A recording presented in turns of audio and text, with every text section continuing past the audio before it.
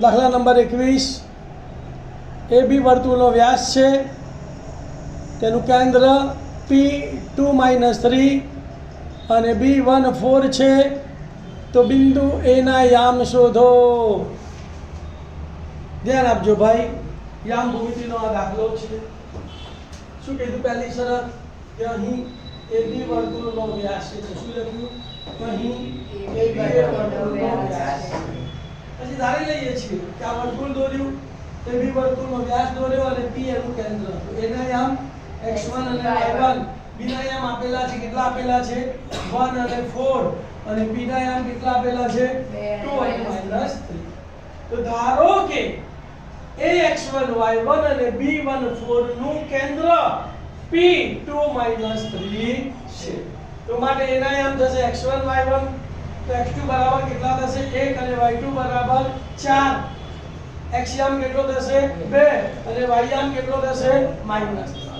તો P શું છે એ રેખાખંડ AB નું મધ્યબિંદુ છે, તો કોના સૂત્રનો ઉપયોગ કરવાનો મધ્યબિંદુના યામના સૂત્રનો ઉપયોગ।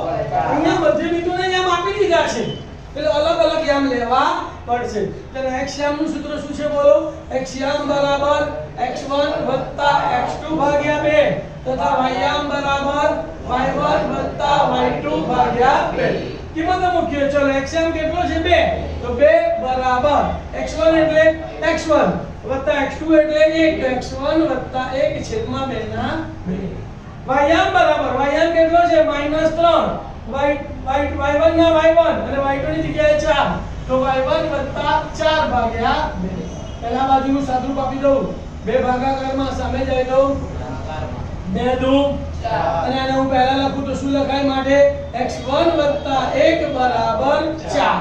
હવે +1 સામે જાય તો અહીંયા શું લખાય 4 - 1 લખાય, તો મને x1 બરાબર 4 - 1, 4 માંથી 1 ગયો તો 3, તો મને x1 બરાબર 3। એવી જ રીતે અહીંયા -3 × 2 એટલે -6, તો પહેલા આને આ લખું છું, તો y1 + 4 બરાબર -6, +4 સામે જાય તો લખાય શું -6 - 4, તો માટે y1 બરાબર -6 - 4।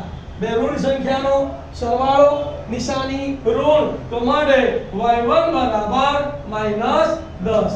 તો જવાબ લખી કાઢવાનો, એ બિંદુના યામ 3 - 10 છે।